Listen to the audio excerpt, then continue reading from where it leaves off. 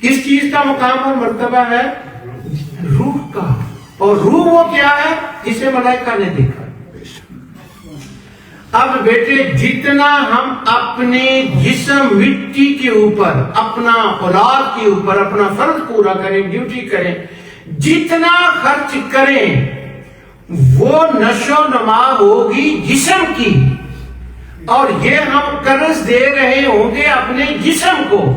مگر جہاں روح کی غذا کا کوئی مسئلہ ہو، جو بندہ وہاں خرچ کرے، اللہ کہتا ہے تو نے وہاں نہیں کیا، وہ تو نے قرض مجھے دیا،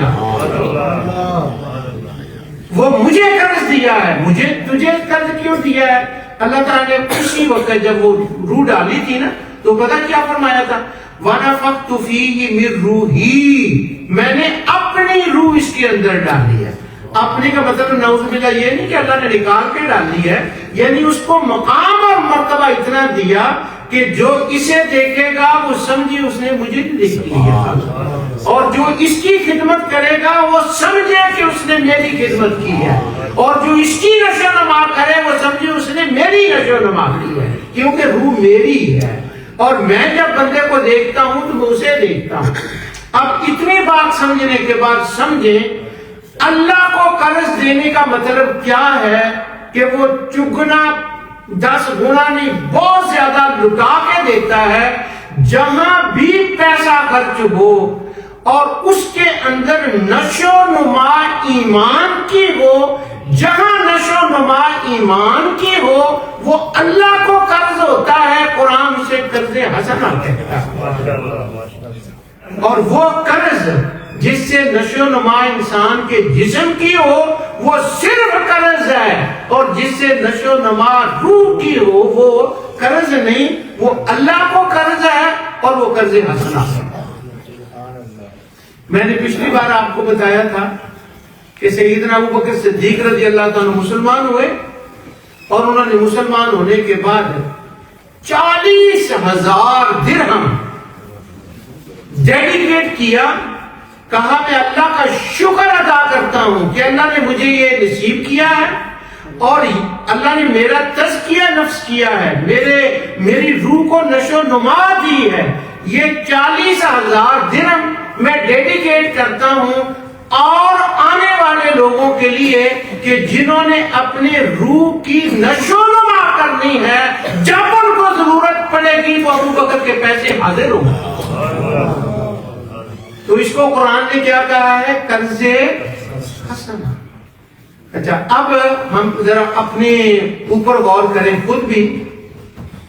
قرض حسنہ کیا مطلب ہوا؟ اشاعت اسلام، دین کی سمجھ بوجھ، دین کے فروغ کے لیے، دین سمجھانے بتانے کے لیے جو پیسہ خرچ کیا جاتا ہے کرتے ہم ہی ہیں.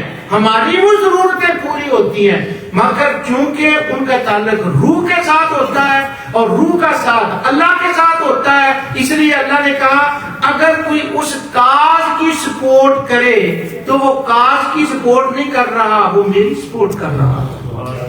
اور عیسیٰ علیہ السلام نے جب یہ فرمایا تھا یا ایھا الذین آمنوا کونوا انصار اللہ، لوگوں اللہ کی مدد کرو، تو کیا کہیں اللہ پھنسا ہوا تو نہیں تھا؟ نعوذ باللہ.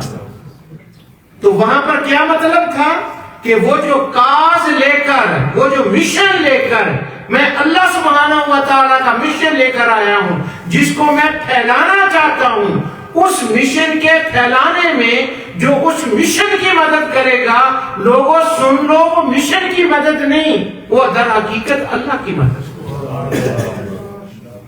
اور اللہ تعالیٰ نے کتنا کمال کا لفظ اس کے لیے استعمال فرمایا. یہ حوصلہ افزائی کس قدر فرمائی. حضور نبی صلی اللہ علیہ وسلم نے صلح حدیبیہ والے دن ایسے ہاتھ کیا، لوگوں نے اس کے اوپر بیعت کی، اور وہ کاس تھا ایک، اور اللہ کا کاس تھا، وہ کعبے کو مکے کو فتح کرنا تھا، وہاں سے بت نکالنے تھے. اب لوگوں نے جب حضور کے ہاتھ کے اوپر بیعت کی تو اللہ نے کہا دیکھنے میں یہ حضور کا ہاتھ ہے، کیا آیت ہے وہ آپ کو ہونی چاہیے آیت، ان الذین یبایعونک یبایعون اللہ، کہ یہ جو ید اللہ فوق ایدیہم، کہ وہ ہاتھ رسول کا ہاتھ نہیں ہے، وہ اللہ کا ہاتھ ہے. کیوں اللہ کا ہاتھ ہے؟ کہ وہ جو مشن اللہ کا ہے، جو کام اللہ کا ہے، اس کے لیے تم اس کے لیے کر رہے ہو۔ جو کام بھی ہم کریں اس کے اندر اگر اصلاح نفس کی ہو، قرآن کی ہو، تعلیم کی ہو، تربیت کی ہو، اس میں اگر ٹائم دیں تو وہ اللہ کو قرض ہے۔ آپ کا ٹائم دینا اللہ کو قرض ہے۔ اگر مالی کو مدد ہو تو وہ مالی مدد کرنا اللہ کو قرض ہے۔ جو بھی اس کام کے لیے کیا جائے وہ اللہ سبحانہ و تعالیٰ اسے قرض حسنہ فرماتا ہے۔ مگر یہ کہ انٹرپریٹیشن ہے، تعبیر ہے، اللہ تعالیٰ محتاج نہیں ہے۔ وہ انہوں نے یہودیوں بھی سن کے کہہ دیا تھا اللہ ہم سے قرض مانگتا، ہم تو اللہ فقیر ہو گیا۔ تو اللہ نے ان کو جواب دیا تم بات کوئی نہیں سمجھے۔